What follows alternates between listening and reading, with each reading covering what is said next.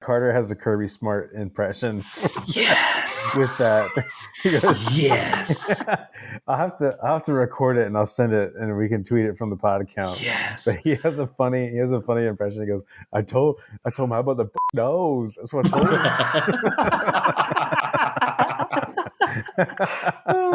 him. Welcome to My Got It Podcast. I'm Jim Wood.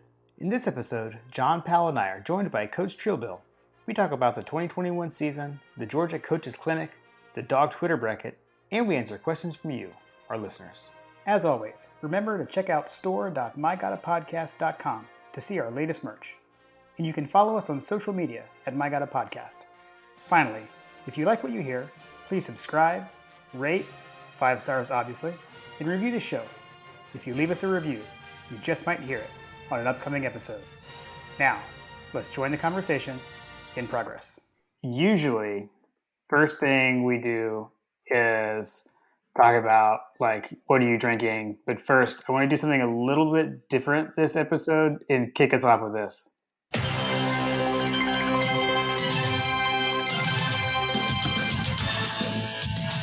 So...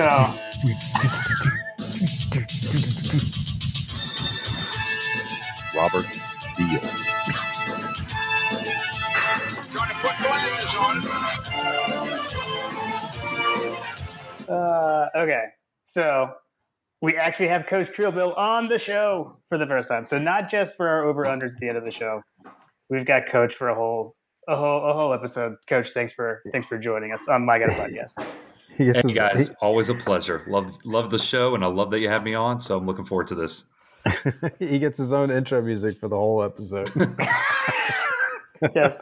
I almost cried hearing it because by like 2025, that's probably not going to be a thing because ESPN is going to find a way to make it terrible. And so we got to enjoy it while it lasts. But I appreciate that, fellas. That's a hell of an intro. Amazing. I actually so this is also the return of the soundboard because my computer, I had gone through a Mac OS upgrade or whatever at some point, and it had stopped working. And so I actually spent some time since our last episode working on figuring out how to get everything set back up. And I was kind of holding my breath, a little worried it wasn't going to work just now, but it did. So that's good. So at any rate, now that we've got that out of the way, what do we have this evening? I can start. I'm opening a new bottle for you, Coach, actually. So this is nice. This is the Four Roses small batch. Ooh. So this is first pour. Ooh, nice. Oh, first pour is always the best pour. I like the Four Roses. I actually am drinking a cocktail today. I've got a Benchmark Old Fashioned that I made with some brown sugar syrup. Instead of the typical syrup. Ooh, nice. John, that sounds fancy. I like that. Well, I have a ton of it that I made for margaritas this past weekend, and nice. And so I figured I would utilize it because my wife says I need to get rid of it. I was about to say the margarita is kind of a good transition into mine. So mine actually is an idea that I got from you guys was the infinity bottle. And so I put my infinity bottle in an old tequila bottle that I had from a good tequila that I had last summer. And so in it, though, this is the first I'm going to try it, though, and I dated it. So the oldest that I put in there was Larceny from December 26th. And then I had Old Forester 1870, Calumet Farm 8-year, Maker's 46, Whistle Pig 6-year, and 1910 Old Forester. So salute to My Got It Podcast, Jim and John. This is the first time this one's happening. My wife is also kind of like, thank God you're getting that damn bottle out of here. So salute to my wonderful wife. Salute to you guys. Go Dogs. Awesome. Excellent. Awesome. Go Dogs. That's not bad. Not too bad. Not as you got some good good stuff. Not as much gasoline as I thought it would taste like, but it's a good combo of some good, some good bourbon. But no, you guys have opened up my palate to a lot more bourbon than I ever thought I could be. So again, salute to you guys. I mean, it's opened up bourbon to me, period, doing this with John, because when we started, like, it was like I had a very, well, I didn't drink bourbon at all. It was like, I had a beer and then John had a bourbon. And then, through various arm twisting, I eventually got here. Peer pressure is real. Peer pressure. I like that you had everything like documented and listed off there. That's very not John the way you do it. I know you're just like, whatever is in there is in there. I guess it's just my organizational style coming out. Like I just wanted to have it there and just know like, all right, well, what the hell am I drinking? Because again, this is going back, almost 3 months. So that's just my thinking on it. Oh, no, by the way, first over under bourbon references after this point, I'm setting it at 6.5. John, what do you got, over or under? I like the line push. 6.5. Okay. Jim, what do you got? 6.5 bourbon references after this point. Hold on. Trying to put glasses on it. Yes. Let's see. Oh man. God, such a good line. Very on brand for John to push on a half. Yeah, in the middle of the season when he would push on like my points, I'm like 33.5. I'm like, John, holy crap. I'm sitting in the car like driving to work and I'm like, oh, here we go again. No, I'm just kidding. That's because that's like the end of the barrel proof and like math is hard. So at that point, man, I'm just gonna go. I'll go over. I'll take the over. Nice. All right. Take the over. Although that's a tough one because we can influence it directly. Exactly.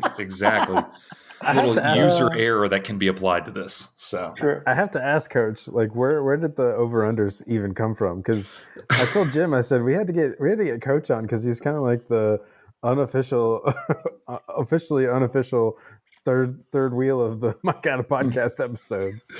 Yeah. John, I'm glad you asked. About this time last year was I'm a teacher, and so we had spring break, and so I was on spring break doing yard work, and I was listening to one of y'all's episodes, and I was thinking, I was checking Twitter beforehand, and I remember Jim had put out, hey, we're filming this next episode. What are some questions you guys have? And I was like, what is something I could do? And I was like, over unders. I was like, perfect. I don't know how I just came up with it. So I was doing yard work, and I'd started the tweet. And I was like, I'd pause, I'd like throw my rake down, take my glove. Oh, that's a good one. Put it in there. And then like by the end of my, session in the yard, I was like, send.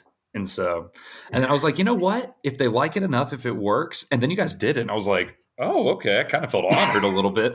And I was like, I guess I'll just roll with this in the season, especially, going into the Clemson game. They're like, well, we need listener questions. And I was like, ooh, Coach Trill Bill's over unders part 2. See if we get it going. So I was just kind of like my boredom. Plus, I was like, I really liked you guys' show, and I was like, hey, why not? So the one like the season preview one when we had asked, and you said like there were like so many. I remember being like, oh man, like we could do a whole show off coaches over unders. Yeah. And I thought about that as well, and I was like, oh, I was like, yeah, that was really really good. And then my whole like I'd say maybe a third to a quarter of them were like all about JT Daniels. And I was like, well, that kind of went out the window pretty quick. Yeah, for sure. We had to deliver the mail first for most of the season. So I actually remember like that. So roughly this time of year, I do remember because like we were DMing about that. I think you had just reached out, and it was funny because like I think like on that day, which for those who don't know, Coach and I actually already knew each other in real life, but I didn't realize that that's who Coach was at the time. Yep. So we were having a conversation, and then like later, like fast forward a few months, and I was like, when I saw you at a game actually, and I was like, and just to confirm, like Coach Trill, that is you, right? Yeah. And it's funny you guys say that because there was many times this season where I would meet people from Twitter, and I was like, hey, I'm so-and-so. And they look at me, and I'm like, oh, by the way, it's Coach Trillbill. And they're like, oh my God, Coach. And then there was one or two that were like, I fucking hate you. And I'm like, okay, sorry, I didn't put you in the tournament last year. Damn, it's not that big of a deal. Oh, yeah. The amount That's story for another segment. But at the same time, yeah, no, I probably met like 10 people at least this season and had to refer to myself as Coach Trill or Coach Trill Bill before they realized I was like, oh yeah, that's that guy. The goofy looking picture of Bill Belichick with a do-rag on. Like, yeah, that's me. That's a good segue. Talk a little bit about the persona that is Coach Trill. Like, what was the impetus? Like, what's driving it? So, put it simply, the Alabama game in 2020 broke me mentally a little bit. I went in there with a little too high expectations. And shout out to some of my Bama friends on Twitter. Yes, rent free. They owned me on that one. And so I switched my handle completely. I was, kind of intoxicated by the end of the game. And so I switched my handle completely from myself to, at the time, I believe was like Kirby's Ernie Adams. And anybody that follows the Patriots knows who Ernie Adams is. I'm a big Boston fan, by the way. So it's like, I was like, I want to have like a little bit of Georgia, a little bit of Patriots. And so Kirby's Ernie Adams kind of flowed with it. Ernie Adams was like Bill Belichick's guy for forever, like his man behind the scenes sort of deal.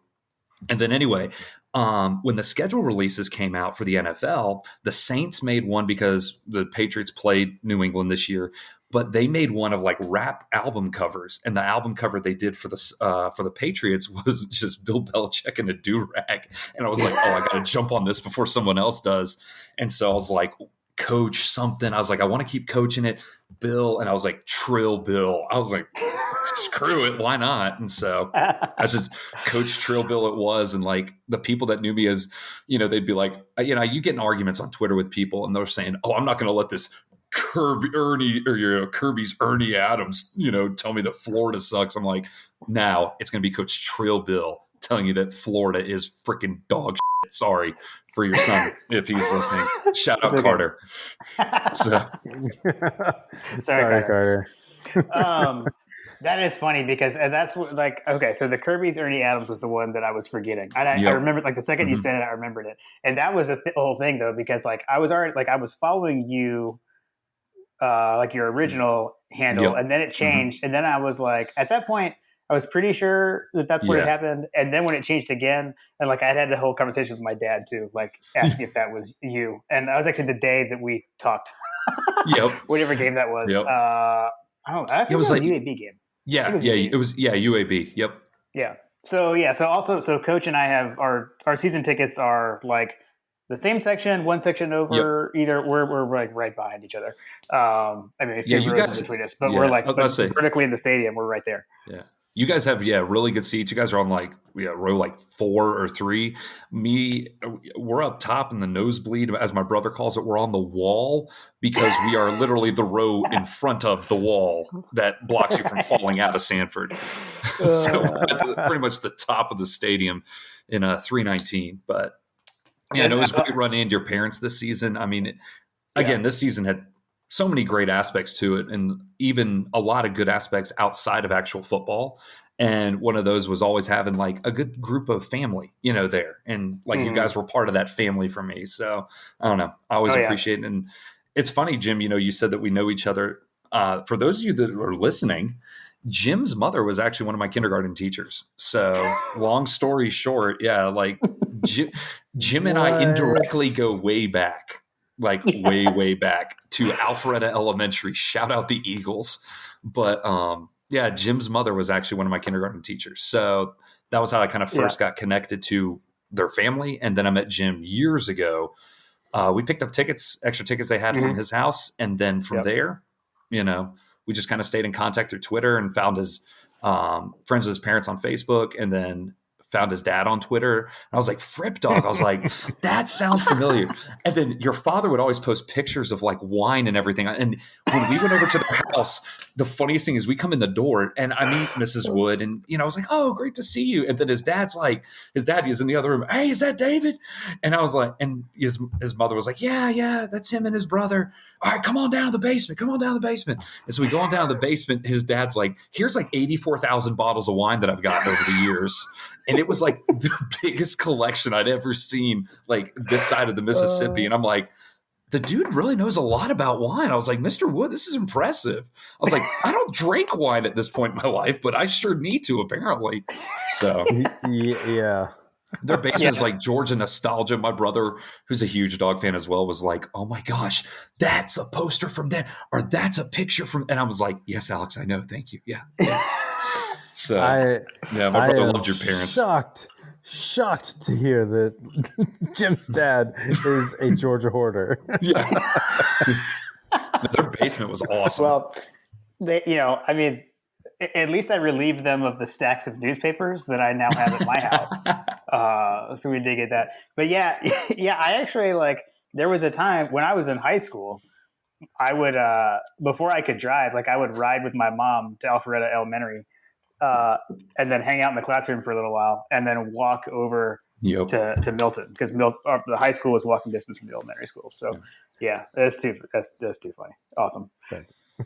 John, did you? I can't remember if I had told you that or not. I don't know if you even knew that. I vaguely recall some of this. I definitely didn't recall him hanging out at Lou's wine cellar.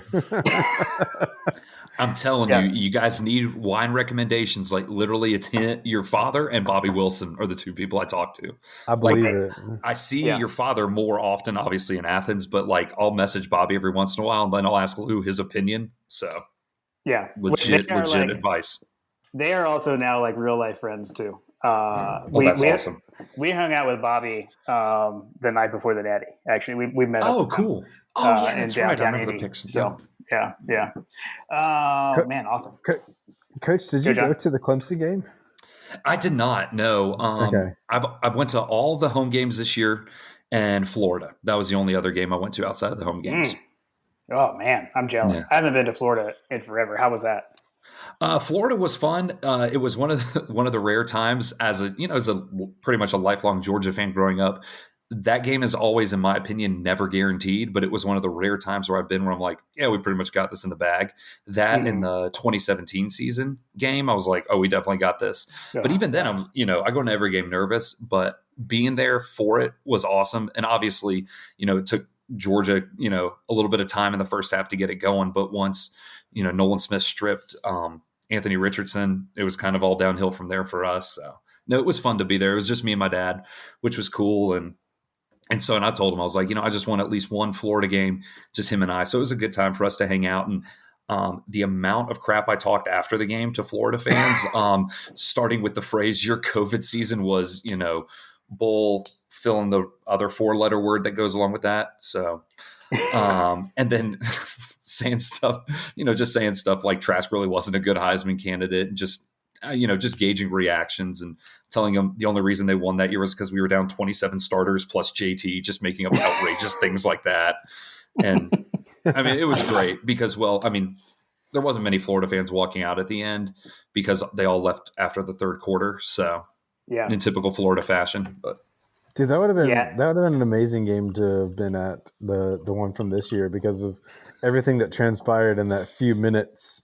That few minutes of where we completely turned the game completely on its head. Yep. Yeah, you weren't in the bathroom when that happened, were you? Like you could literally have gone to get a beer or go, or go get a hot dog and totally missed that. That would have been super easy.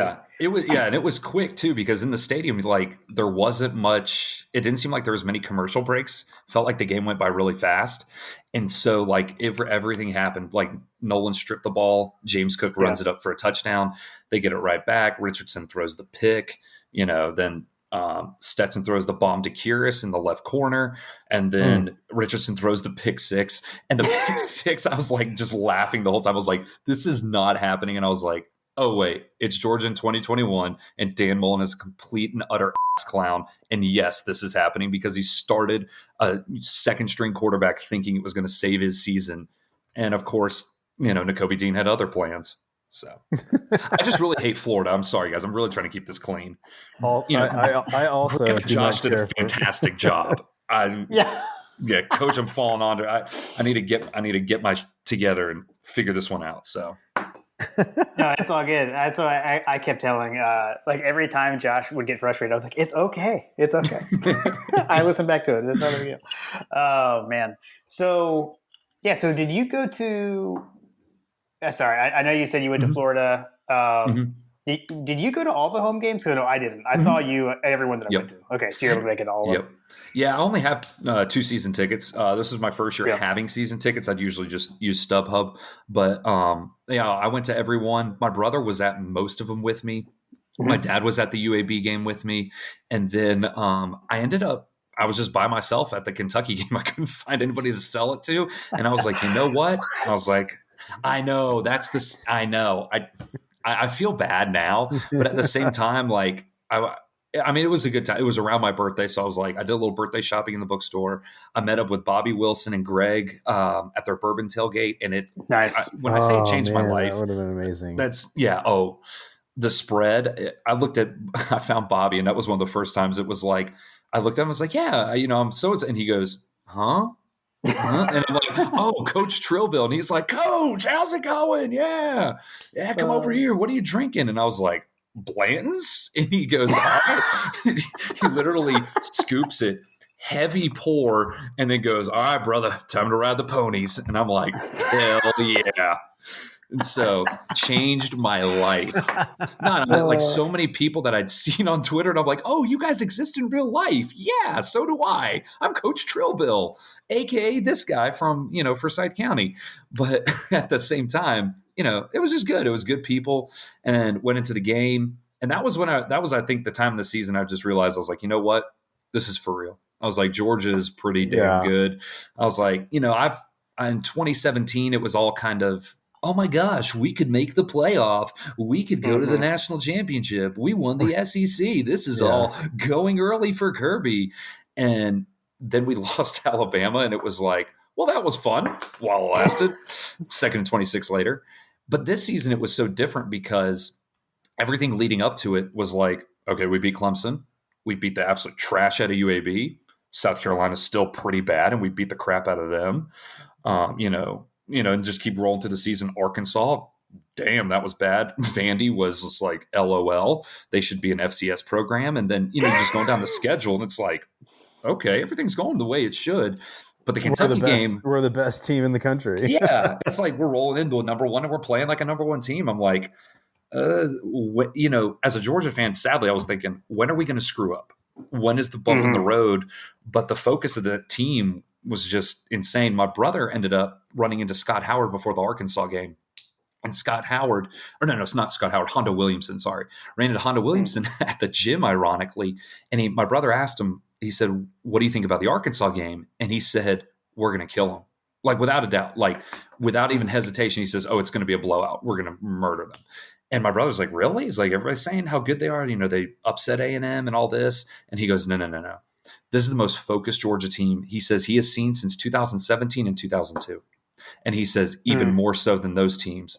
And Hondo, Hondo's confidence, from what my brother told me, my brother was like, all right, done deal, signed, sealed, delivered. We'll see in Indy. And that's pretty much how it went. So, yeah.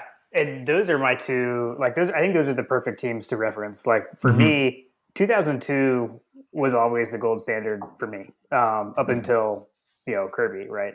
So I would always compare everything to 2002, and then, maybe 12, you could kind of throw in there. Right. So 2, 12, 17.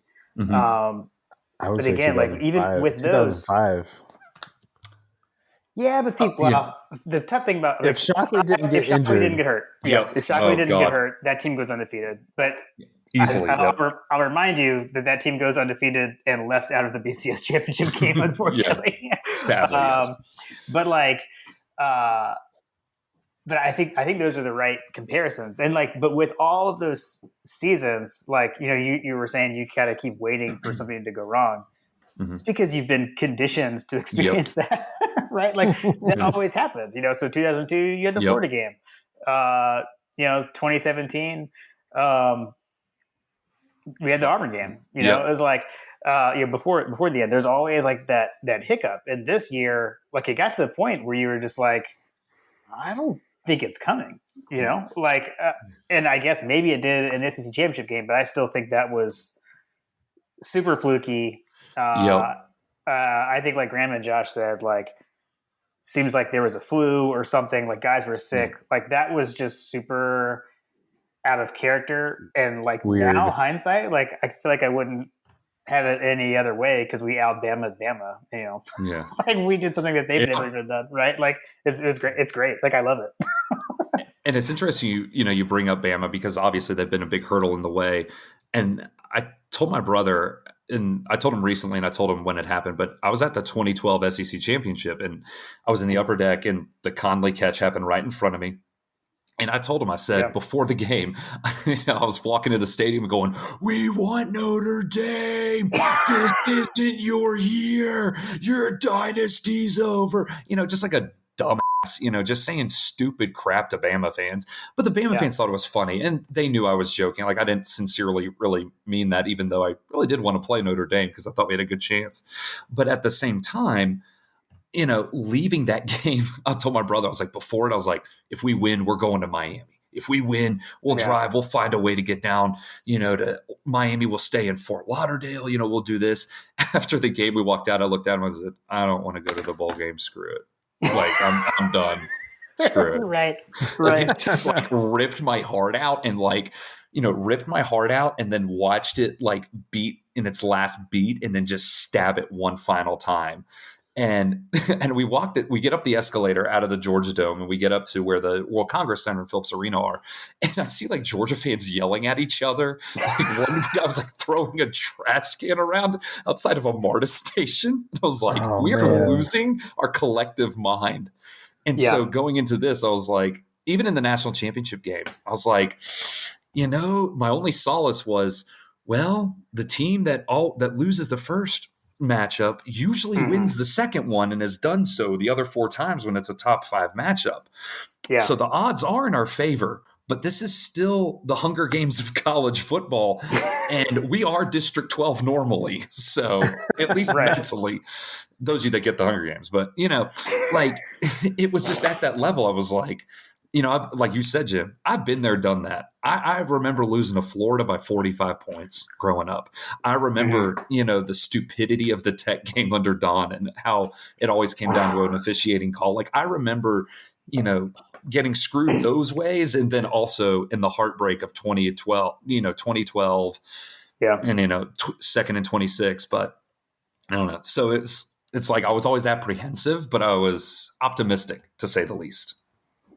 I think you just characterized so many Georgia fans. I was about to say, I need to put this all into a book, even though so many people have written books, but it would be like an anthology of my thoughts and nobody would really buy it. So what I need to do is just make like a picture of memes and make it into a coffee table version and just be like, here, or of my friend, and you guys know him, Natty and all of his craziness and all of his shenanigans, and just make it a coffee table book of all of his ridiculous tweets. Like, oh my gosh, Stetson sucks. I just hate this little midget. And I'm like, no offense, Natty, he's taller than you. Like, let's be honest. Like, and he's also taller than Bryce Young, apparently, as we learned in the post-game handshake. All right, at the coaches clinic, I stood 3 feet away from Stetson. And people are like, he's a midget. I'm like, dude, like, he is not that small. Like, people say he's 5'9". That's BS. He's at least 6'1". I'm 6'3", and he was like only 2 inches shorter. I think he's 6'6'1". I don't think he's 5. Oh wait, shit, he was in cleats. My bad. Never mind. Yeah, he probably is 5'9". Yeah, that's still.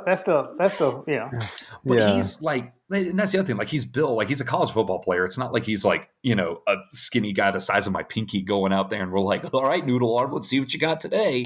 Like, no, this kid can zing it. So yeah, a lot of those skill guys are smaller than you would think. I mean, like there are guys in the NFL that aren't that big. I mean, like the linemen obviously are enormous, and like the linebackers and stuff. But I mean, I went to like a Falcons banquet thing once, and like Terrence Mathis was like, and I am like a midget. Like I am super small.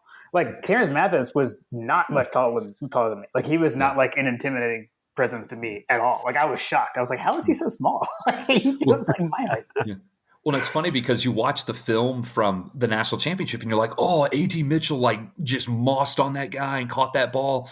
If you hold up a pencil, A.D. Mitchell looks like that skinny. Like, but he's built. Like, he is so toned. It's crazy. Like, I mean, I stood like, a foot away from him and like, I was like, dang, he's skinny, but he's got speed, but he's got like, he's wearing a cutoff shirt. So he's got the tone.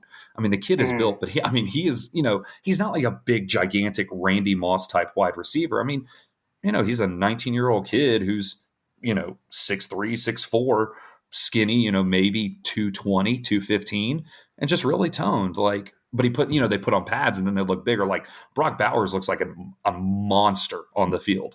In real life, standing next to him, he's like my size. Like, I swear to God, he's like my size minus the dad bod. He's perfectly my size. So just like awesome. Just like you. Exactly, John. Yeah. So me and Brock Bowers, we're like this now. We're like connected because we're literally like the same person, except I got a beer gut and he's got, probably like a 12 pack of abs. So, and I got like a 12 pack of Miller Lite. So just leave it at that. So you're a coach, obviously, right? Mm-hmm. Yeah, no, so, I legitimately coach in real life. Yes. Okay.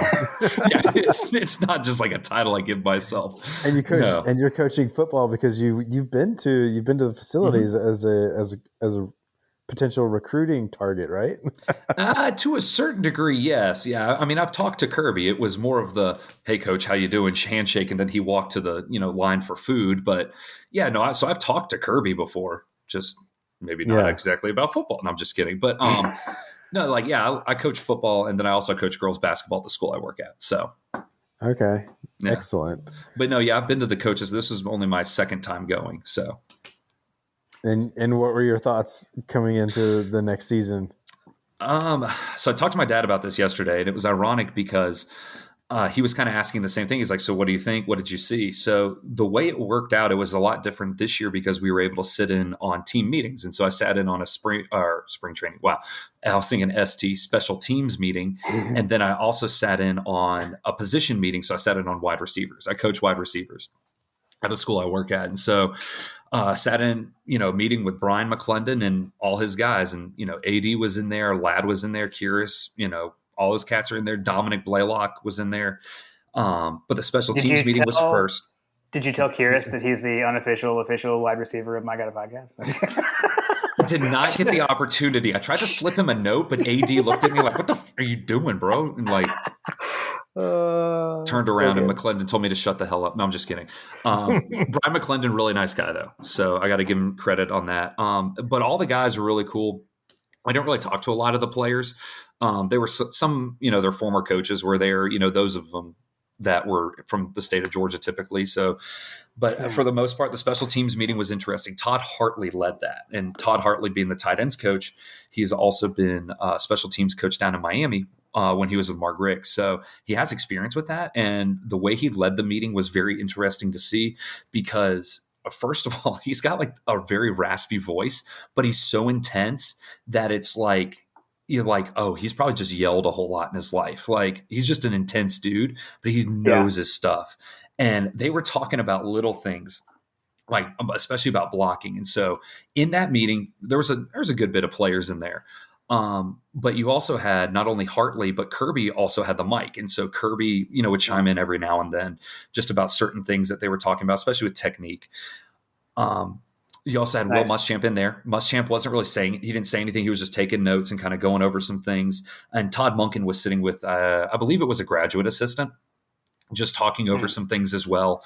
But it's funny because all of a sudden in the coaches clinic, we'd listen to Mike Vrabel, coach of the Tennessee Titans, and Brandon Staley, coach of the LA Chargers. And so right after Staley talks, they're like, all right, clear out coaches in the first three rows. You got to move. We got to get all these players in. And Kirby does all this. Kirby's kind of like emceeing it sort of, and he's introducing them. And the Kirby you get in the meetings and the press conferences and the post-game interviews and the pre-game interviews, that's a Kirby you get in real life.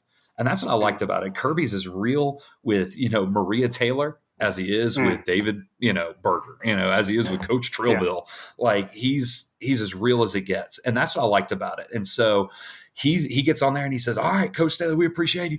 All right, now we need Georgia players are going to come in, special teams meeting. We need everybody in the first three rows. You need to move out, get back, move out. Got Georgia players in the first three rows. And so they bring in all these guys. And so I was sitting in the back. And so I'm getting my stuff and I'm kind of like not paying attention to what's going on up the front. And I walked down. I was like, all right, first three rows. I see some guys sitting down. I was like, all right, I'm going to put my stuff here. put my stuff, get it situated, look up. Kendall Milton's right in front of me. Right next to him is Kenny McIntosh. Todd Monken's over on my right side. Will Muschamp's on my left side. and I'm like, oh, wow, nice. Keely Ringo walks by. Darnell rolls by on his little scooter because he broke his foot. Like you see like all these guys that you see on TV and you're like, oh, wow, this is real. Like this really is a meeting. Nolan Smith walks in. Nolan Smith sitting front row, and he's kind of like the unsung leader of the group, so to say. And so Hartley gets started, starts talking about special teams and starts going over technique and everything. And one interesting thing that even Kirby brought up in that whole meeting was Georgia finished 108th in the country in kick return yardage last year. Granted, our defense wasn't allowing that to happen a whole lot because, we're averaging 6 points a game, or giving up 6 points a game. Yeah. So a lot of that comes with that. But Todd Hartley starts off with, he says, man, we're finishing 108th. And Kirby gets on the mic. He says, 108th isn't good. Kickoff return is something we need to work on. We just need to get it done. And, then they just go into their talk.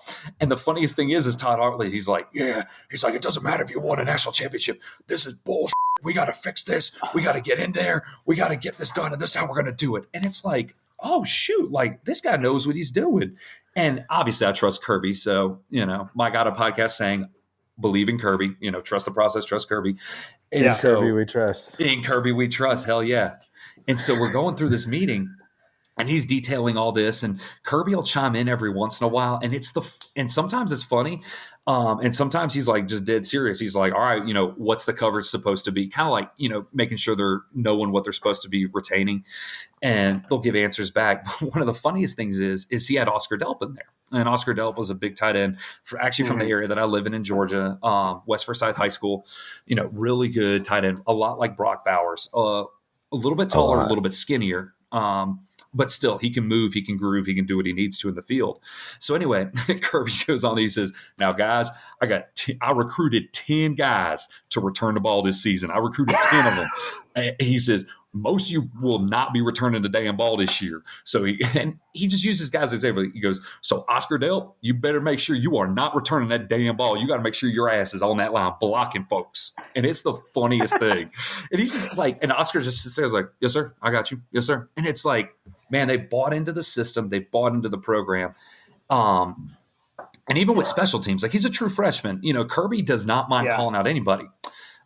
So we get into the meetings and Kirby goes around to all the meetings. And so we're looking at, film from the past practice. McClendon's going over stuff with everybody. I mean, and he'll take one play and dissect each guy and say, this is what you did right. Was it like a Coach 30? Was it like a Coach 30? Like, pissed on Davis, please tell me. Yeah. Please tell me. I don't know what you're doing here. Looking back, doing a Bill Cosby. Defender already beat you. Getting the pick because you pissed down your leg, drop the ball. The funniest thing is, I was thinking in there the whole time. I was like, oh God, please tell me he just looks at like somebody be like, lad, really? Piss down your leg, not an athlete, think you fast, really not. Arian Smith claiming you run a 10-second 100. I ain't doing that. Like, but no, it was funny. Like, but he broke it down in a very good way in terms of the guys in the room knew what he was saying. And I know it's a new wide receivers coach, but like he was quick. He was attention to detail. And that's what I liked about it. And they're starting with, their basics of the playbook and kind of expanding out on it. So they're going over pretty much their bread and butter at this point in the spring and kind of working on that and just different route concepts. Mike Bobo was in on that meeting as well. Bobo, yes. Yeah. I was surprised he didn't bring up, hey, Brian, maybe we can run the draw here on 3rd and 40. But that never came up. I almost wanted to ask him, say like, hey, coach, if this is 3rd and 18, do we run the draw or do we just do a sprint dive? Like, but no, he didn't get into that. No, I'm just kidding. But anyway, like, where's Carlton Thomas? Yeah, for real. Carlton Thomas. That's a name I haven't heard in forever. Around a year ago, I unearthed some old some footage, and this is where John makes fun of me for being a hoarder, but I say I'm preserving history. The Smithsonian Institute of Georgia football. Yeah, in my I would love that. I found an old VHS tape, and it was like, it said, I can't remember, the label wasn't like actually specific, but it was like, it was the 90. It was a Georgia Tech game, probably 95, I guess.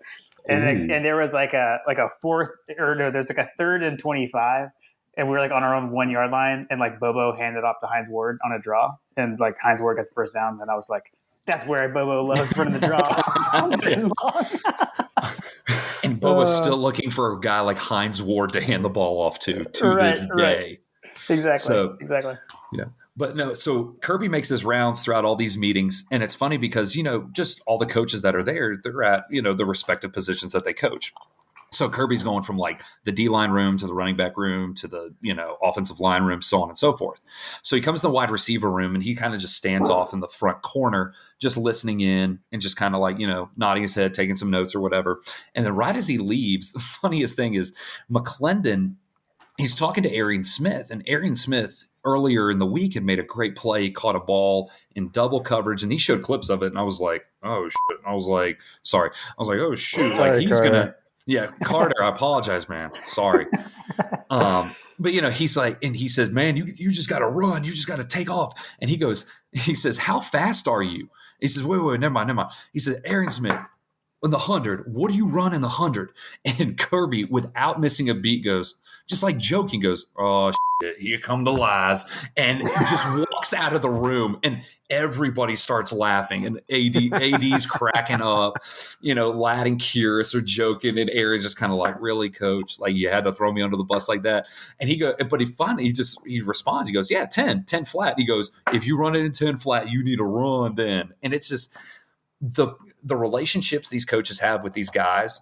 You see it in the small moments like that, and it makes me think, as a fan, I'm like, oh man, I love this team. Like, I love who they are.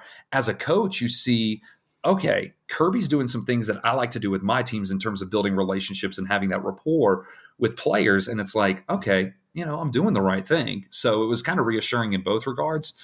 So after the wide receivers meeting, they had their walkthrough for the day. It wasn't just a practice. That was on Thursday. So Friday was a walkthrough. And so we go in this walkthrough, and it's out there on the outdoor practice field, and they split it. One field you have defense, one field you have offense. Kirby spends all the individual time when you're working with your individual units with the defense, and he still has the microphone, which is on the loudspeakers out there. So every once in a while, so when he has to talk, he's like, Xavion, sorry, come on, make that first initial step and hit him and drive him. And then, he'll call out somebody like, Nolan, come on, make that call quicker, make that, just little coachable moments like that. And so they did special teams on one field. After special teams was done, offense pretty much took over. And so offense was working on some things. And then halfway through it, Kirby's like, gets on the microphone. He's like, all right, we're going team. This is going to be live. All right, I'm going to yell out the down and distance. I'm yelling out the down and distance now. All right, so first one up, 1st and 10, first group, 1st and 10. And so he goes there, and, they'll run a play, and he goes, all right, 2nd and 7, let's go, 2nd and 7. And it's pretty much hurry up. The cool thing was I was on the offensive side of the field for the whole time. So during the offensive individual time, all it was guys getting reps. And what it is they would have one play, and then boom, second string goes out. They run a play, boom, third string goes out. They run a play, boom, first string is back out. They run a play, second string is back out. Now, there weren't any passes because it was a walkthrough, but all the quarterbacks on the pass plays would check down their wide receivers. So you notice, like, Stetson takes the snap, they run it through, the wide receivers run their routes, and then he's looking 1, 2, 3, 4, check down, and then he just walks off to the side. Then whoever comes up next, maybe it's Brock, pass play, wide receivers run the routes, and he's checking 1, 2, 3, 4, and then just walking off to the side. Then they go team, and it's kind of the same thing, except in team, what it was pretty much like a game simulation. There weren't any refs, but at the same time, you had guys that, they weren't rotating every rep. So it was pretty much, all right, first team out, you guys are like first 10, 15 plays. And then they'd rotate some second string guys out, especially on offense. They did it mostly just by unit, like first teams, second teams. Defense was a lot different. Defense was rotating, pretty consistently with some guys, and other guys, like, for example, Jalen Carter, Nolan Smith, Keely Ringo, Christopher Smith, they hardly ever rotated at all. Beal, Interesting. Robert Beal really didn't rotate that much. So it was interesting to see. It's kind of like Robert Beal. Hell yeah. And I messed that up because I interrupted it.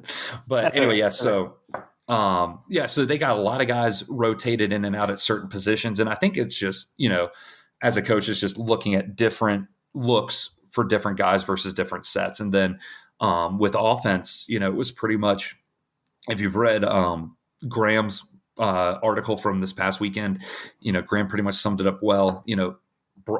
Carson Beck was getting a lot of the first team reps. Stetson was getting second team, and Brock was getting third team. And Stetson and Stetson and Carson in the beginning were kind of flipping first and second. But once they got the team stuff, offense versus defense, it was Stetson was with the ones, and so Stetson was with the twos. I'm sorry. Carson was with the ones, and they would move up and down the field. So it's like these guys are walking right by, and I'm 2 feet away from Stetson Bennett.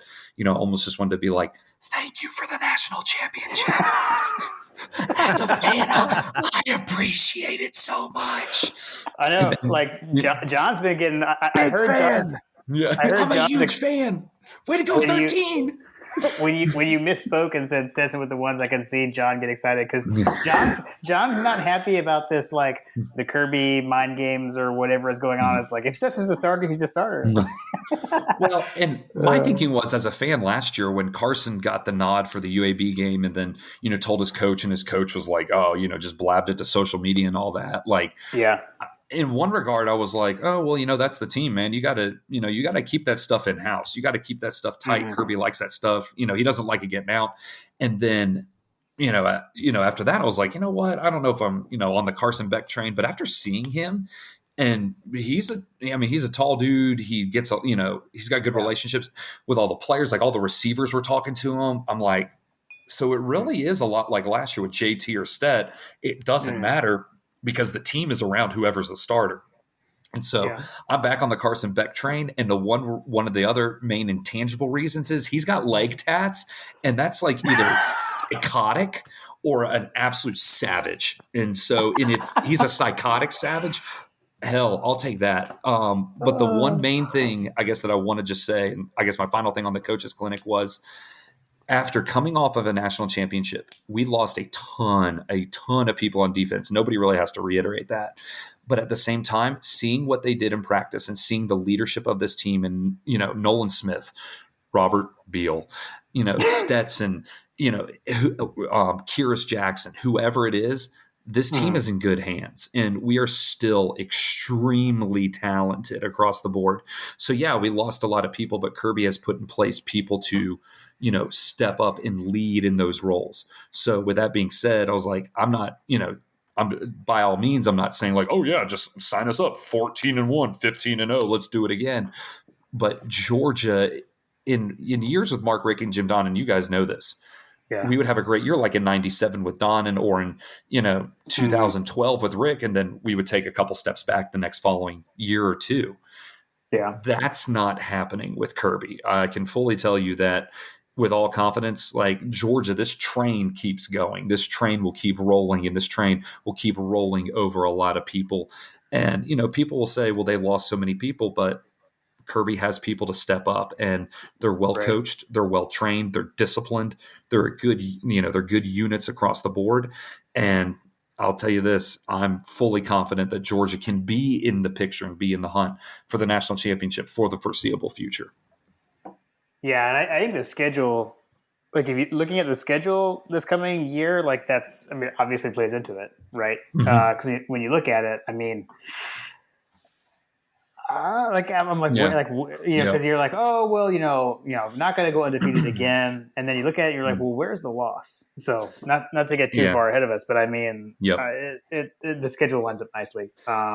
We don't have to play A&M. We don't have to play Bama. Exactly. We don't have to play LSU. We get Auburn in a year where they're really suspect coming in. We have to go. Yeah, we have to. Yeah, exactly. You don't know who's walking in and out of the coach's office as, his Mr. Oh, wait, I said that on live topic. Okay. But Mississippi State is hit or miss every week. I don't care who they have at quarterback. As long as Leach is the coach, I think it's a win for us because his teams don't play defense. So yeah, Right. but again, like you said, like this Florida's a new coach, and it's weird to say this, and this will go back to the days back in the 90s. Tennessee looks to be our toughest opponent in the East. Yeah, I think so. I think so. But sorry, I don't want to put the cart in front of the horse, but there you go. No, well, it's like, to me, it's like Tennessee or Kentucky, but I think Kentucky lost a lot, like on the line. So agreed. Yeah. I did want to hit because we've. Oh, go ahead, John. Good. I have a question going back to something that you were talking about with the Coaches Clinic. So you mentioned Todd Hartley, and Jim's going to laugh a little bit. What is Coach Hartley like? Like we just have this, like all we get of him are the creepy photos that he posts, like of him like scowling. Like I don't know. It's so hard to describe. We call it creepy Todd face. I think we've only talked about it in the podcast once before, so this is the second discussion. But like, this is a frequent text message between John and I. Like when you see picture Coach Hartley tweets picture of him with insert recruit Delp or whoever in the past, and it's like, what's going on with the look on Coach's face? Like Todd Hartley looking kind of creepy here. So the one thing I noticed again was as soon as he talked, I was like, I think that's Coach Hartley.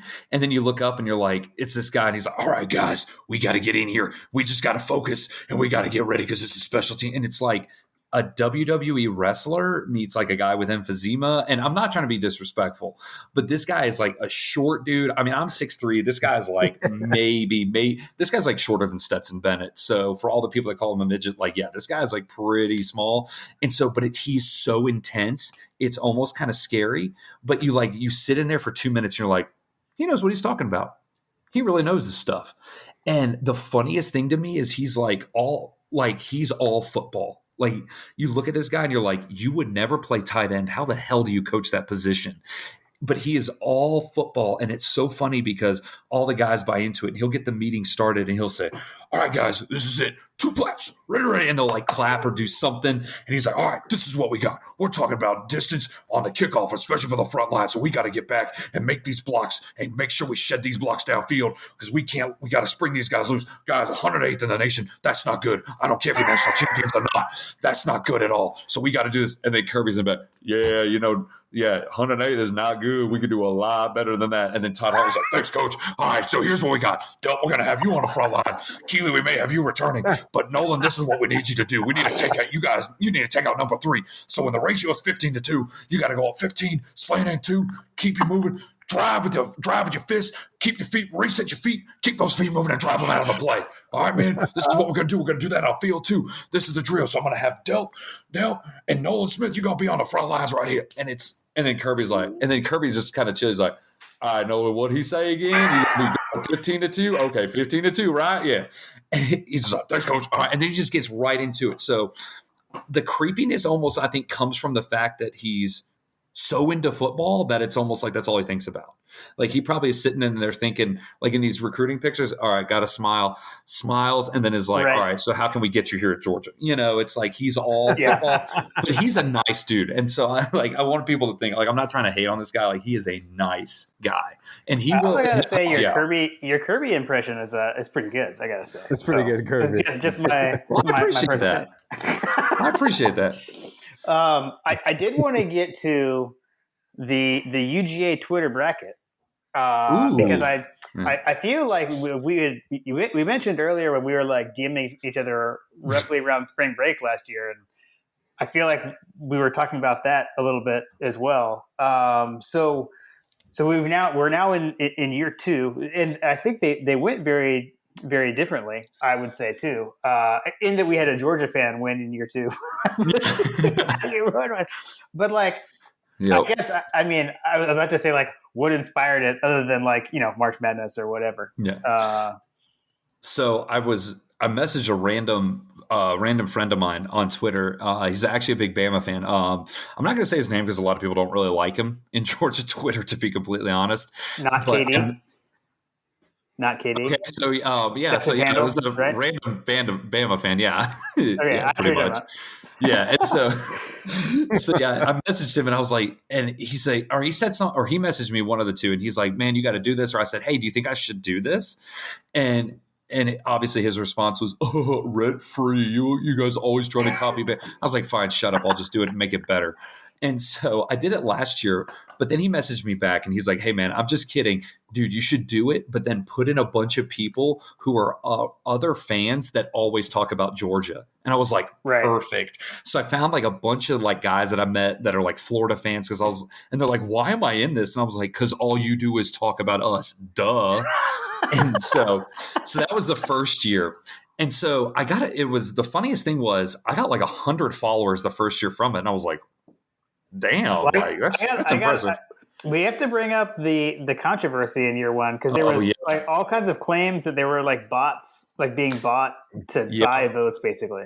And that was the other thing, because then it became a competition of, because then it's Twitter, so it's the dichotomy of the internet. So you have your Harvard professors on one end, and then your people that sadly dropped out of like second grade. And so they all have Twitter accounts apparently, and they're all SEC football fans, and they all apparently want to vote in these brackets. And so they were saying like, we can't let we have to let a Florida fan win the Georgia bracket, or we can't lose to a Florida fan in the UGA bracket.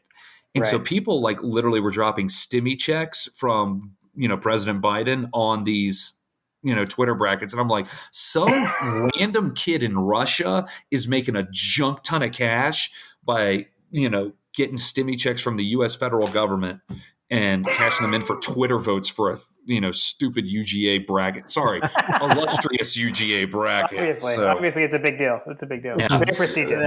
Yeah. So this year I decided, I was like, all right, I'm not going to have any other fans in there. I'm just going to do all dogs.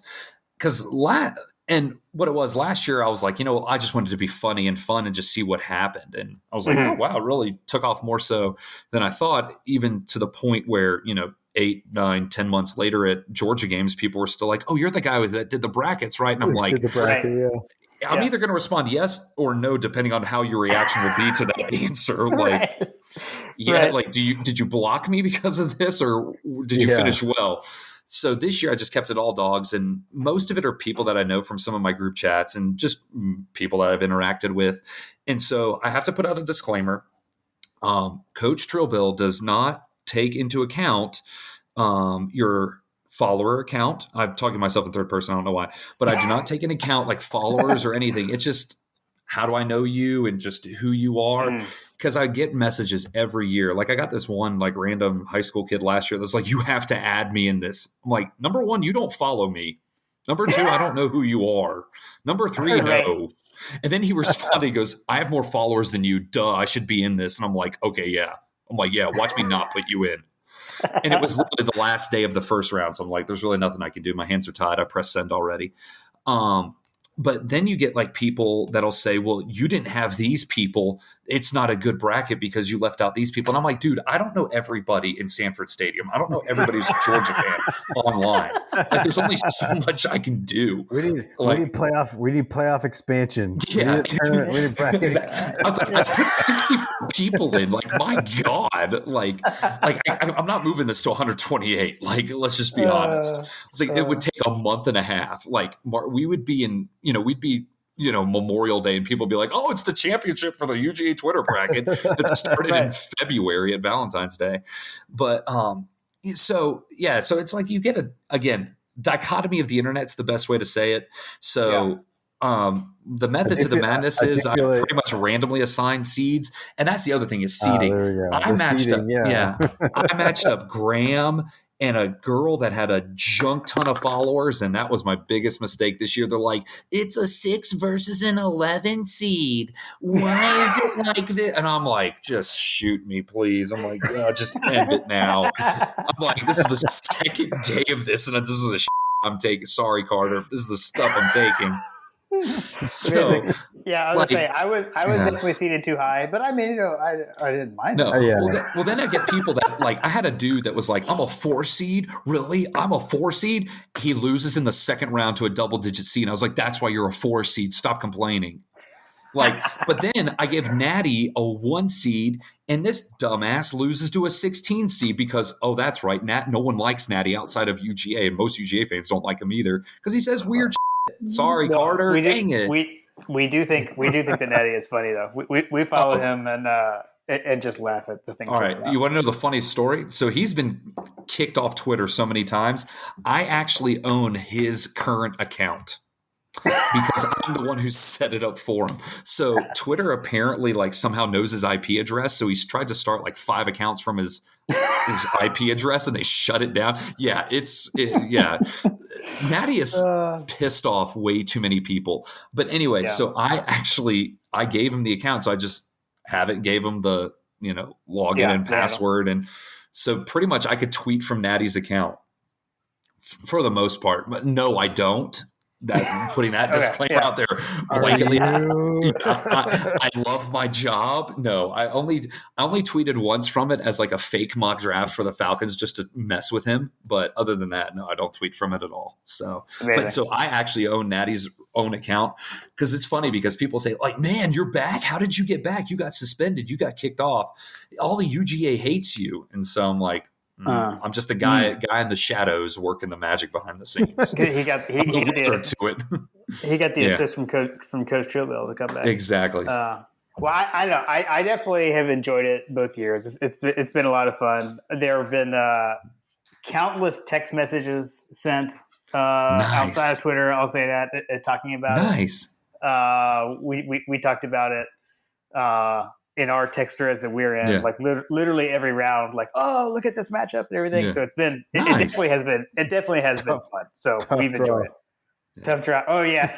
Right. Yeah. We've definitely made those comments. When I was up, oh man, I was, because who did I had, Sugar Ray. Oh yeah. I matched up with, who was with Wise Dog? Somebody ended up actually against Wise Dog and everything, which it is. We were all just laughing at who people ended up going up against. It was pretty funny. It was a lot of fun. So and friend of the show, John Tweets, ultimately ended up winning. Yeah, so I was happy. Cool. And it's funny because the first year I did it, the guy that was the one guy in the championship was a big Florida fan. Yeah. But his account got canceled the last day. Twitter suspended it, deleted his account because apparently he pissed off somebody who reported all of his tweets and all this stuff. So anyway, he got suspended. Wow. And so, all right, well, the UGA guy wins, and he texted me and he's like, "Really, you're just going to give it to him?" I was like, "Dude, you got canceled because you run your damn mouth too much. You pissed off the wrong people. You got to pick and choose who you fight on Twitter." That's what I've gotten to know over the years. So. It was good to see John Tweets win it because I was of all people, I was you know what? John Tweets gets out there. He is in the mean streets of Twitter, and he does his thing for dog Twitter. I was shout out to him, #GoDogs. So yeah, that's awesome. All right, well, so Coach, in our in-season episodes, we always wrap up with a listener question for you. So from you. That we always save that for last, but so we wanted to solicit listener questions so you could partake. So why don't we move over to the listener questions? So first up, we've got Zach, SC Dog 864. So he said, "My quick question is, are you guys going to G Day?" So I'll start. I'm not, because that's actually part of our spring break week. So I'm not going to be able to make it. John, I know you usually go. Are you going this year? We usually go. It's going to be dependent on what's going on with my wife's photography, soccer, all that stuff. Okay. Coach, you going to make it to G-Day? No, I haven't been in the past couple of years. I just got young kids, so no, I'm not. And it's on ESPN too, so I was I'll just watch it. There you go. Nice. I will say, I'll go ahead and plug, I believe there's going to be a Bulldog Bourbon Social Club meetup at G-Day, so follow the Twitters. Make sure you're following Dog Bourbon on Twitter. There should be more info coming out about that. So the other knock on G Day is that it's the day before Easter, I believe. Yeah, it is. The 16th. It is the day before Easter. Mm-hmm. Yes, it is. It is. But it's not on Masters weekend this year. Masters going early this year compared to Easter. I don't know. Yep. Anyways. Okay, so he said, my actual question is, other than Stetson, who do you think of the ones drafted or graduating from last year who could most likely come back to the coaching staff in years to come? And who would you want most to come back? So who could be a future coach? Someone other than Stetson. On the current squad? Yeah. Coach, you were at the Coaches Clinic. Yeah. Anyone stand out to you that maybe could be a future coach in the making? I honestly, in all honesty, I don't know if Stetson comes back as a coach. But at the same time, I mean, he is a good candidate. But currently speaking, I mean, a handful of these guys are going to have pretty decent pro careers or get picked up either in the draft or undrafted free agent. One guy that I thought of from last year's team, though, was Trayvon Walker, especially on defense. Like, again, I think he'll have a great pro career, but after that's all said and done, he was a kind of like an unsung vocal leader of the defense. And I think he learned a lot from the people he had around, like Nakobe, for example. And I think Trayvon would be a good guy. Another, I guess, an offensive guy I could think of would be probably one of our offensive linemen, to be honest with you. I mean, we're so deep at that position, it wouldn't be surprising to see one of the guys, maybe like a Tate Ratledge or even like an Xavier Truss. So nice. Yeah. That's just me though. So I'll go Dirty Dan Jackson. Yes, Dan Jackson. Dirty Dan. John, you got any? I would say Nolan Smith. Oh yeah. Yeah, he's a phenomenal leader too. Yeah, I think it's an interesting thing too there, right? Because like you almost have to factor in like the longevity of the career. Like so many of those guys I think would be a great coach. Like I'll say I mean, I would say Nakobe Dean would be a great coach. Like he's going to have an incredibly long pro career.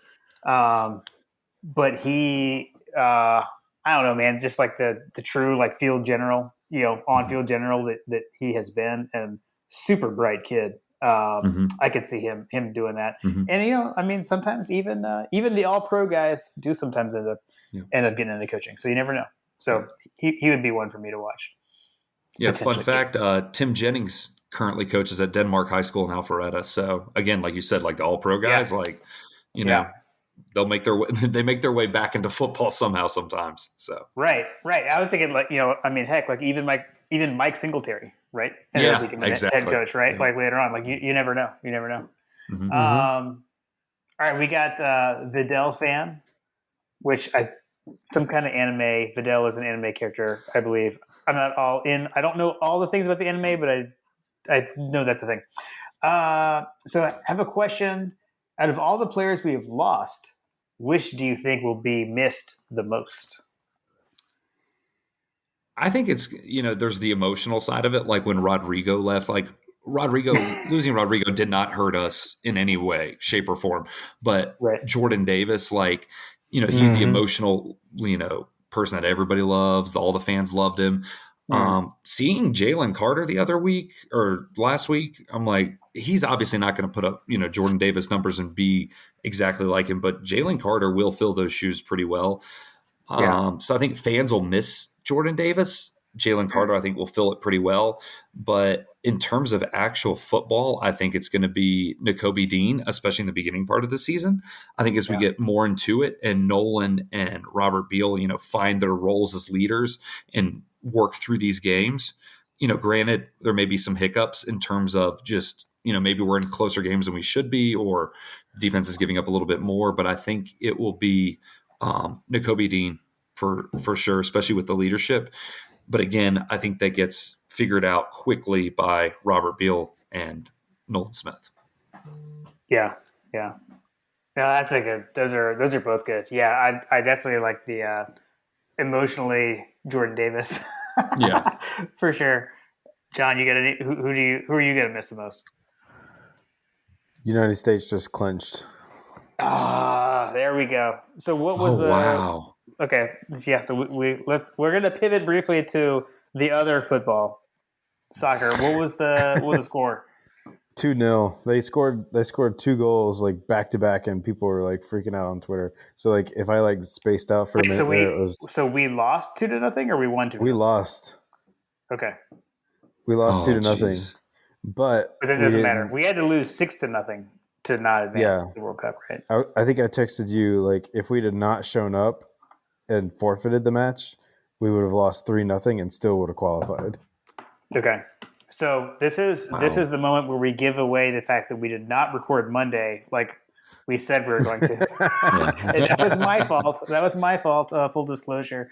We were recording Wednesday night, and man, that's good. So I actually earlier today I did think, I was like, man, should we have rescheduled for like next week? But like I don't have Paramount Plus, so I couldn't even watch the game anyways. So which I thought was weird. Oh, and now I just got the notification as well. So hey, USA soccer is going back to the World Cup. Yeah. We're going back to Qatar, which will be played in the winter in Qatar because it's too hot there to play in the summer like usual. Very weird.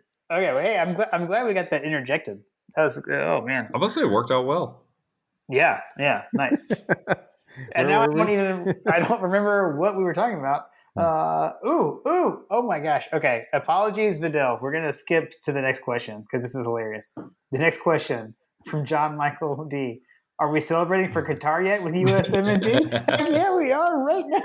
That's hilarious. Perfect timing. Oh my gosh.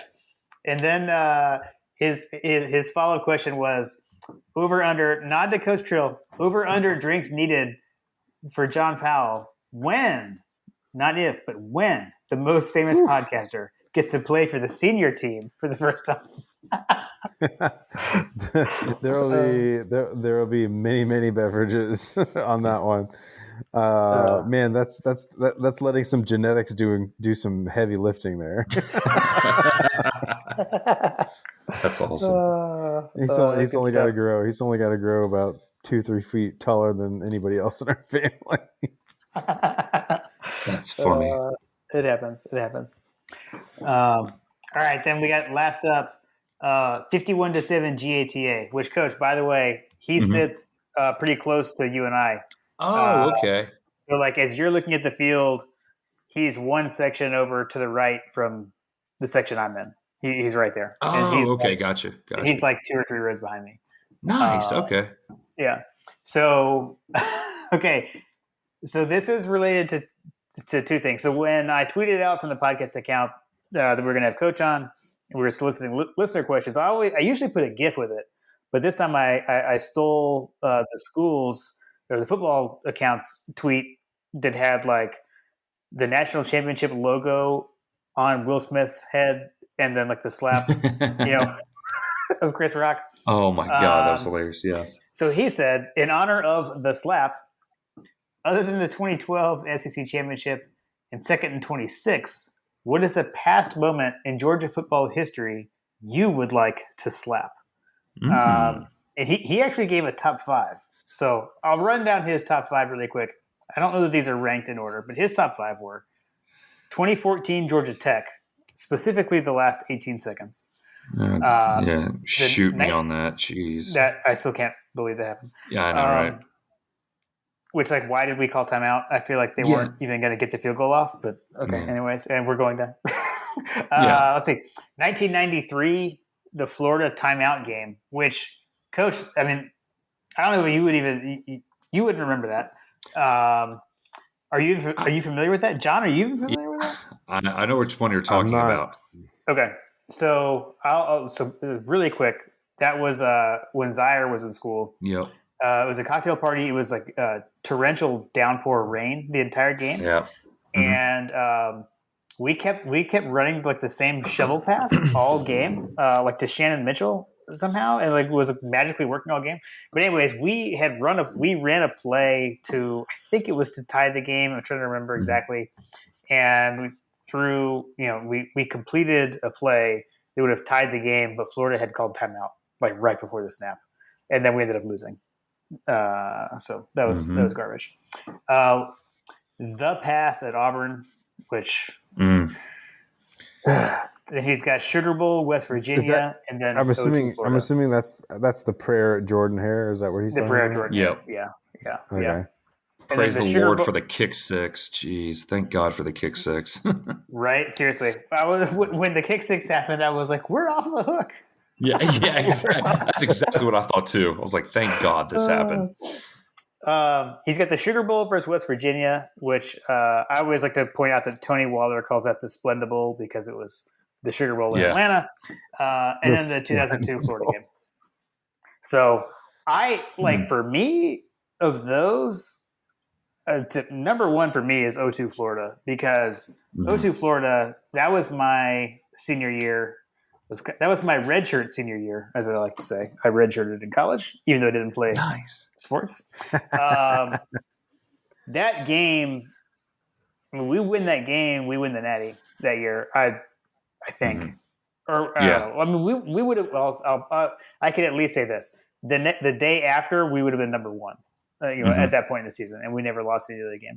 I guess who knows? You never really know what happens after that. But of those. That one hurts the most. I'll just hijack it. I'm going to add one more. Jasper was down. So. I was about to say Jasper was down. It's got to be up there. Yeah, that was mine as well. Like 99 at Tech, like that. Donovan's last 3 years, he lost to Tech every year, and I think if he wins that one and gets that one back, I think history is different. I don't know if we keep him still as a coach any longer, but. No, that really, I think, in terms of team confidence, like shot them right in the foot. In terms of, especially in that series. I mean, they took 3 from us in that span, 2 of which were definitely penalty aided with the Hamilton fumble in '98, the Saints non-fumble in '99. So that's huge. To me, the Tech game, I'm just like, we cannot play Tech, and I'd be fine with it. But that back then. Like growing up, oh God, living with that for your life and for 3 straight years and that miserable, that was terrible. Well, in that 98 and 99, like that was my freshman and sophomore year of college. So like for me, like that is ingrained in my head. And that's why I will never, like, I can't get on board with the, like, we can't play them. Like to me, they're still like enemy number one. Cause I'll never, like I was in the stadium when the Jasper was down. And as my wife will tell you, I walked out of the stadium and like left everyone I was with because I was so mad and I like needed to be beside myself. And another story. Yes, I don't know. That's funny. Those are mine. I mean, I would say I would add either or South Carolina or Tennessee in 2007. Oh yeah. Yeah, those are really good ones. Those are good ones. That and just, I guess, personally, you said enemy number one for you is always Tech. It used to be like that. Now it's mostly Florida for me. It's always been like that. I would say one of the Tebow years where they ran up the score on us. Like the year Meyer called the timeouts and everything. Yeah. I was like 2008. Yeah, that's it. Yeah, it was 8. So that's 2008, right. Yeah, that was like, the retaliation for the storming the field in 2007. Yeah. And it's interesting because I've read Urban Meyer's book, Above the Line, and it's so ironic, to be completely honest. Oh my gosh. Like it's a good like book about like leadership and coaching, and not like just coaching football, but like not X's and O's, but just like building culture on a team and everything. Like it's got really good points in it, but literally after everything he's been through in his personal life, and especially after the Jaguars, I'm like, you literally wrote this and then lived 0% of it. Like, congratulations, you are what we thought you were. So, and then add that onto the top of, we let that a-hole put up, 49 points and call a timeout just so, his little choir boy could run up and down the sidelines, gator chomping, when everybody in the whole stadium knew his pro career would be absolute dog crap. Like, we really let that happen. I'm like, yeah, he deserved the Jaguars. So amazing. Sorry if that's mean, but no, it's not. That's not mean at all. He is the worst. Yeah, I mean, he's the Antichrist of coaching. So Coach Slurbin. I like it. I like it a lot. Well, Coach, I'll ask one more question, and that's: do you have any more over unders for us? And I will say, I think we hit the under on the bourbon, so I think I was wrong. Yeah. We did hit the under on the bourbon. John, you obviously hit the under because you pushed, but fellas, some over-unders for us. Yes. All right. Yes. So For you guys only. I'm not taking any of these. This is all you. So, and this is over-unders from my observations from the clinic going forward into what we think could be in the season. Now, these may get adjusted here and there throughout the course of the offseason going into our first game against Oregon. All right, so starting off, Kirby cussing on a live mic. And let me tell you, the man has a mouth, not as bad as mine, but the man has a mouth, and it's funny. He's hilarious. He'll even say in common speak, he's like, if that room is full, you got to take your coaching ass someplace else.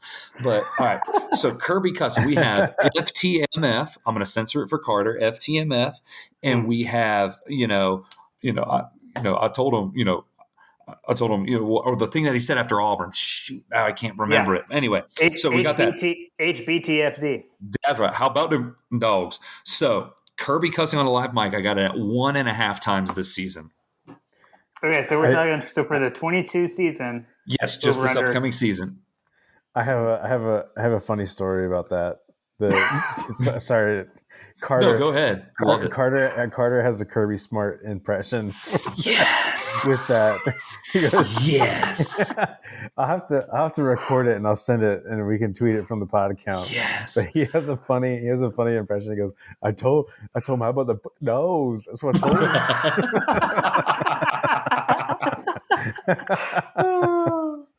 I feel like Carter is like little me at his age. I love it. Love it. Oh, holy crap. My wife says that he's the miniature version of myself. Nice. All right. Where were we? I already forgot what the line was. Kirby cussing on a live mic set at 1.5 times. Live mic. Okay. I'm going to go over. 2? Okay, so at least 2. Okay, I'll go under to disagree with John. All right, next one. Now we're getting into this a little bit of more so football X's and O's. Dominic Blaylock touchdowns. He looks healthy. He looks speedy. He's catching. He was mostly working out of the slot when I saw him. So Dominic Blaylock touchdowns 2.5. Ooh. Oh God, I want the over. I want the over so bad.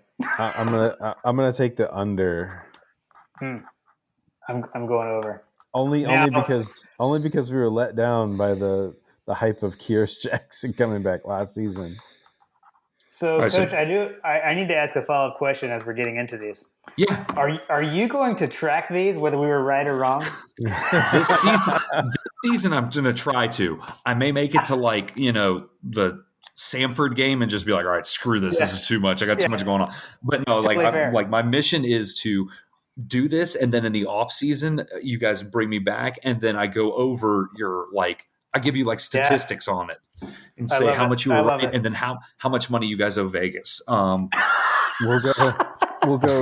And I'll be Vegas this time. I'm just kidding. We'll take another victory lap. John, I like where your head's at. All right, so keeping in line with wide receivers, A.D. Mitchell touchdowns set at 5.5. Over. Yeah, I got to go over. I'm too much of an optimist. I think that I like it. I'm gonna go out on a limb, and I think I mentioned this on one of the episodes with Jim that I think AD had his Devontae Smith moment. Mm-hmm. Ooh, I like that. That's an interesting take. I like that though. The pass that was 2nd and 26 catapulted his career. Oh, and yeah. I think that was a catapulting moment for him. For how young he's only a true sophomore. I mean, the kid played out of his mind this season, so he's only gotten better. All right. I'll get back to that one in a minute. But all right, Nolan Smith sacks. A lot of Florida fans have talked a lot of crap. He's not better than Brenton Cox, even though Brenton Cox plays every snap and Nolan plays a third of the game because of rotation. But this is his year to shine. So Nolan Smith sacks 4.5. Ooh. That's actually a pretty good line, I think. Because last year, the Adam Anderson number we looked at was a lot higher, but he's obviously things happen there, but but also different, different style of edge rusher, I would say. 4.5. Yes, 4.5. Yeah, that's pretty good. I'll I'll take the over. Push. Can I be a John and push on the half point? That was a joke. You really? I mean, with sacks, you can push. Oh yes, no, but that's way sick. I'm gonna say you can't. Yeah, that would be amazing. I'm not gonna do that. I'm gonna go over. Okay, I'll put you down for over. I am writing this down, by the way. So. You know what's amazing is that like usually we agree on like everything, and we have disagreed multiple times. So this is kind of monumental right now. All right, actually, we'll stick with. All right, so going back to offense, Arian Smith touchdowns 3.5. Now, think about his speed in terms of carrying the ball. If he's healthy, not necessarily just passing. So I'm talking any touchdowns, 3.5 could be, like on an end round sweep or a pass. John, I have to point out that like Coach just answered your clarifying questions without you even having to ask. I feel like that was kind of impressive. John loves to go with are we just talking receiving or are we talking, he likes to clarify, but and usually you're not here, but tonight you're here. So, Well, and listen to the show. I know you guys have asked great follow-up questions. Yeah. And so I'm like, you know what? I'll just answer them right now. Yeah, that's perfect. That's perfect. Yeah, so to me, my question with Arian is just the health angle. Yeah, it's like if he can stay healthy for an entire season, I feel like it's got to be over because it's like every game he plays in, he scores a touchdown. Yep, it is the way. I'm not sure that's exactly accurate, but that's kind of how it feels throughout his career. And he just hasn't been healthy. And he wasn't a no contact. He wasn't a no contact jersey in the walkthrough, but at the same time, I mean, he was running with the second and first teams consistently. So he's kind of like, we just don't want him getting hit, but he's on track to be a guy in the mix consistently. What was I've already forgotten what the number. 3.5. I put it 3.5. Over. I'll take the over. We agreed again. That's okay. We can agree. All right, so we're going to running backs now. Kendall Milton and Kenny Mack, so K-Mac and K-Milt, touchdowns combined just rushing 9.5. So both of them combined, but just touchdowns on the ground. Okay. I think it needs to be the over. It needs to be the over. It's going to be the over. All right. Going back to defense, Robert Beal, sacks 4.5, as well as Nolan Smith. Robert Beal. Robert Beal. Sorry. I went a little overzealous there. There you go. It was 4.5? Love it. 4.5, yes.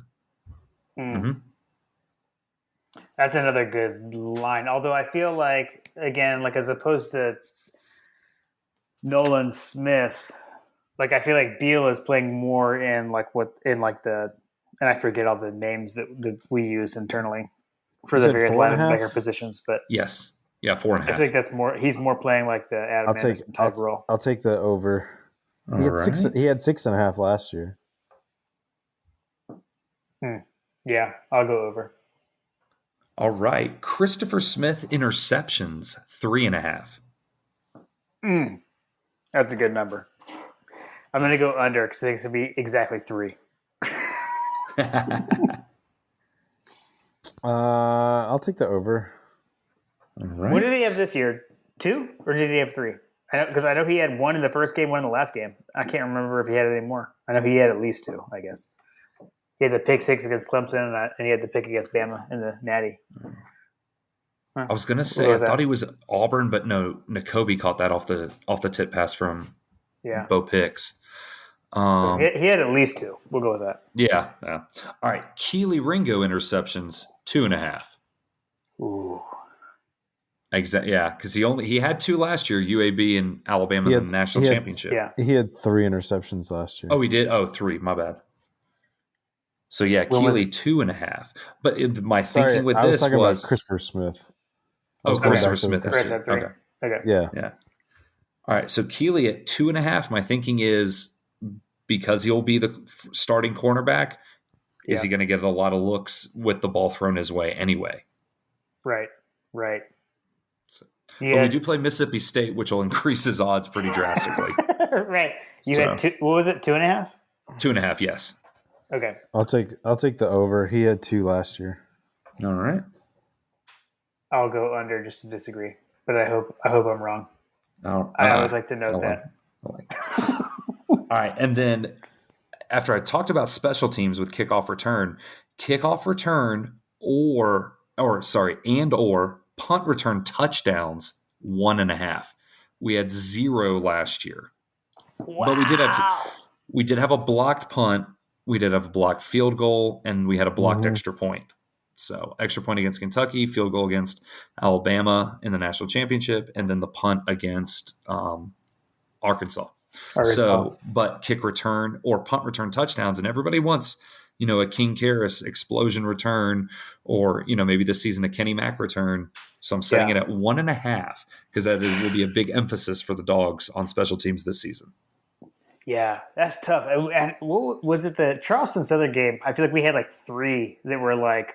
We had 0. Yeah. We had 0, but we had 3 like almost. Yeah. And it was the long snapper kept tackling guys on punt returns. Man. Ooh, 1.5. Man, I this is where I get it. I try to put my like Jeff Dancer style like historian head on. Like, how many times have we had more than one kick return touchdown in a season? And I'm sure it's happened when but like outside of like a Damian Gary or Brandon Boykin, probably maybe 2011. Boykin. Ooh, that's a good one. That's a good one. I'm gonna go with the under just from that's point. I'd love to see us get at least 1, but I'll go under. Yep, I get that. John, over under 1.5. Under. Okay. Yeah, I think again, like you guys said, coming off of none last year with how many chances we had that were pretty big. Having going under 1.5 at 1 is more reasonable. All right, so last one. So there's been a lot of rumors about the quarterback changes, and from what I've seen, it was Carson at 1, Stetson at 2, Brock at 3. Do we see a new starter? And I set it at, if we do, game 4, which would put it at Samford. Kent State. So we'd have Oregon as the first game, Samford as the second game, at South Cac as the third game, and then finally Kent State. I put it at game 4 because do we see a win in Columbia but a struggle on the road, which forces Kirby's hand into saying, you know what, guys, just for the betterment of the program, we got to go with somebody else. And so we're just going to we're just going to roll in with this guy, with a new starter. He's worked in the system, been in the program a long time. So I'm gonna pretend to be John for a second. So with my John's clarifying this over under his worst over under I've ever given him. I totally get it. My clarifying question. So either way, basically, will there be a quarterback change? Right. So even if, let's say, John's about to throw up when I say this. Even if like Carson Beck rolls out there against Oregon. Maybe we go to if that happens, and then we go to Stetson, by game 4. That would mean that we hit it, right?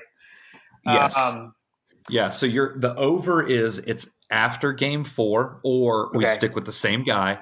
Under is it happens before game 4. Man, so or it happens during game 4. I'm going to let John go first because I feel like John has pretty strong opinions about this. I have very strong opinions about this. I think Kirby showed his hand last year.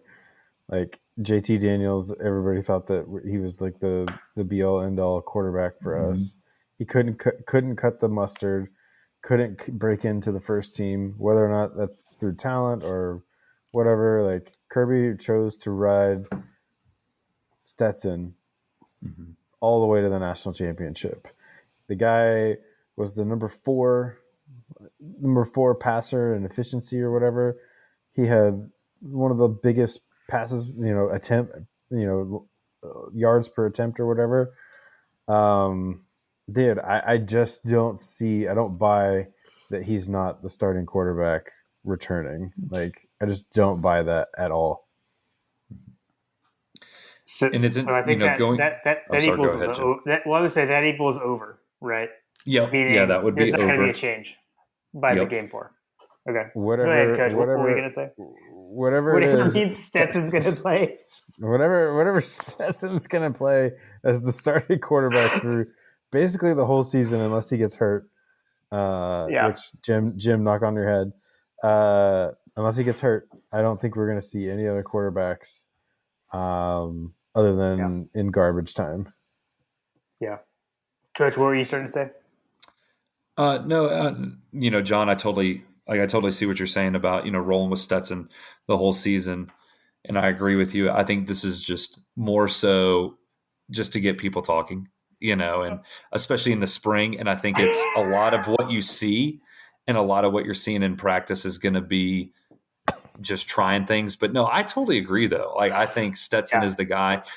There is no reason why he should be benched. There's no reason why he, should be the number 2 guy going into Atlanta against Oregon.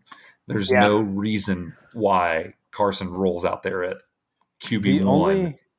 The only thing that I think could work like totally and utterly against us is he hasn't had a full off season of the Kirby mind games. So like all off season last year, like he was basically the 4th string quarterback, and like, you know what I mean? Like all the year before, season, the last 2 years, where he ended up becoming the starter both times, right? Exactly. He basically had no shot either year and won the job both times. Exactly. And so now he's having to deal with there's like a bunch of chatter about that he's not performing well, and so they pulled him out of the first team or whatever. Like, I don't know, man. I'm not buying it. I'm not buying it. So I would agree. My question around Stetson is more around how does he deal with John? You just called it the Kirby mind games, right? So like, basically the same thing, right? So he had Jamie Newman, we thought, right, and Dwan Mathis at a minimum ahead of him 2 years ago, and then and JT, right? We thought, obviously, and then this year, I will say, like, this past year, I kind of expected Stetson to be the backup. I thought it was going to be JT1, Stetson 2. I thought it was pretty surprising when we started to hear all the, heading into UAB game, that when we knew JT couldn't play, or that came out. I was kind of surprised to hear all the Carson Beck noise, honestly. And then, although being at the UAB game, I was surprised to see Stetson trot out there just because of what I had heard during the week.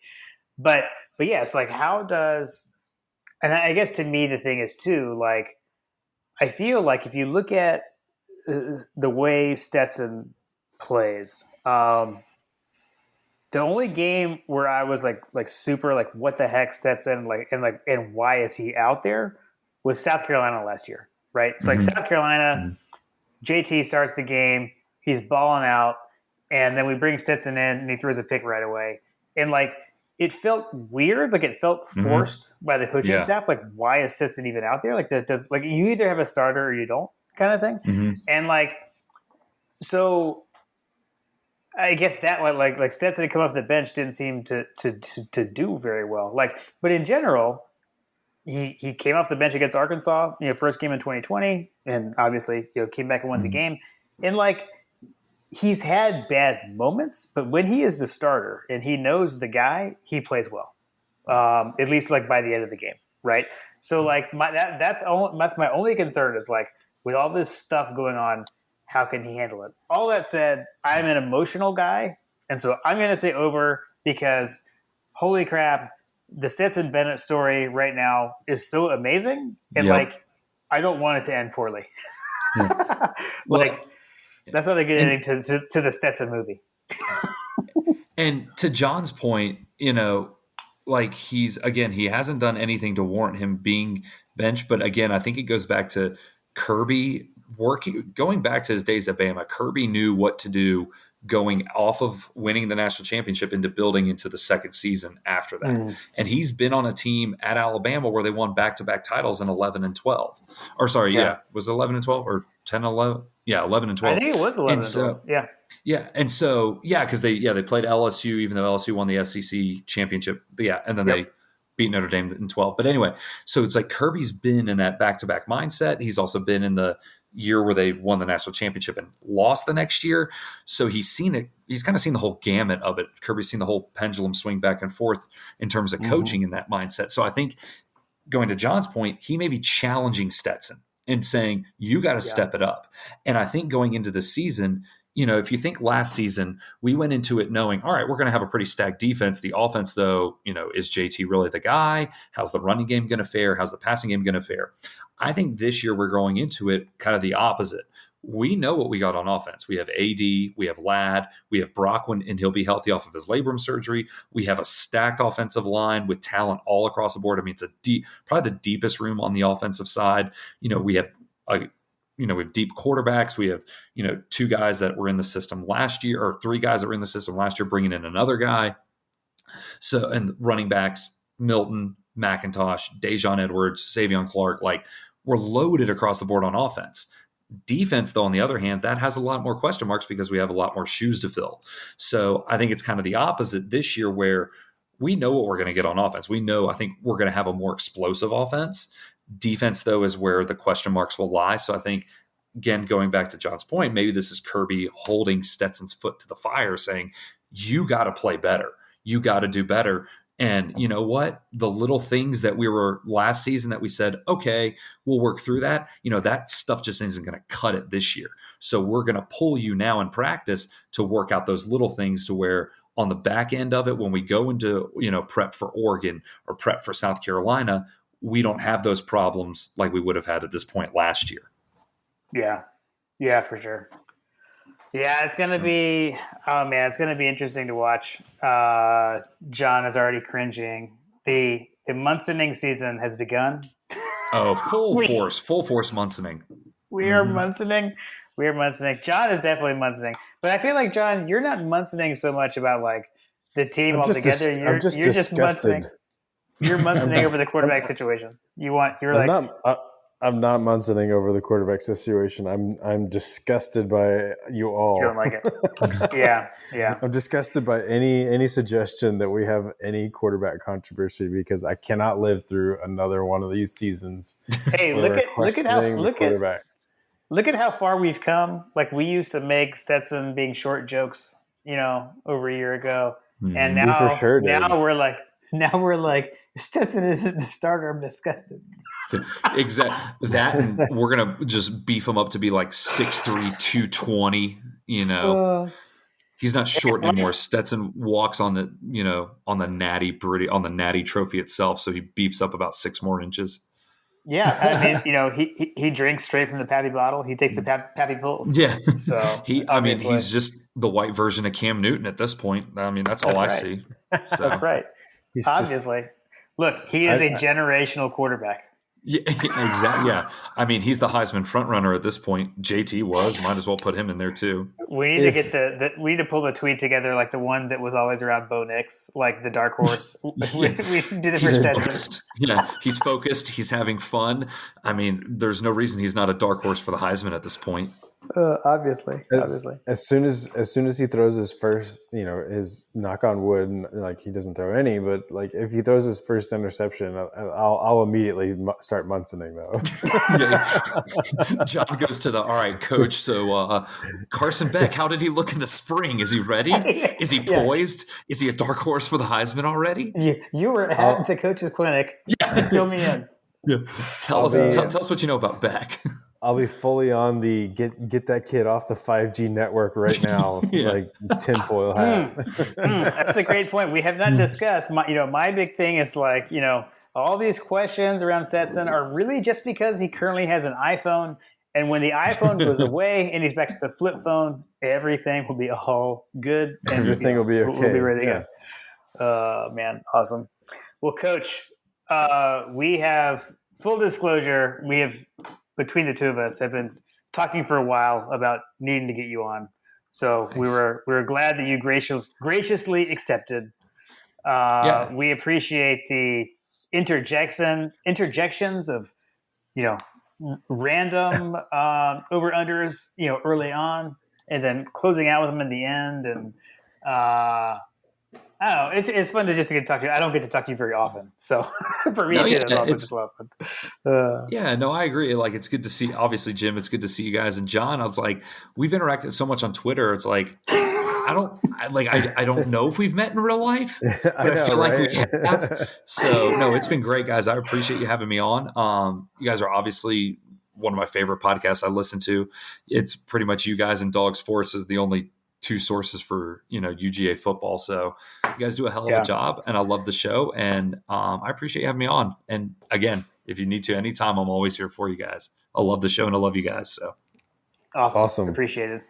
John, do you have any questions about like life? I have no meaning of life. I have questions of sanity right now because I'm so tired. I've been up since 4:00. So awesome. Well, hey, we had a good night. We had to talk about the dogs.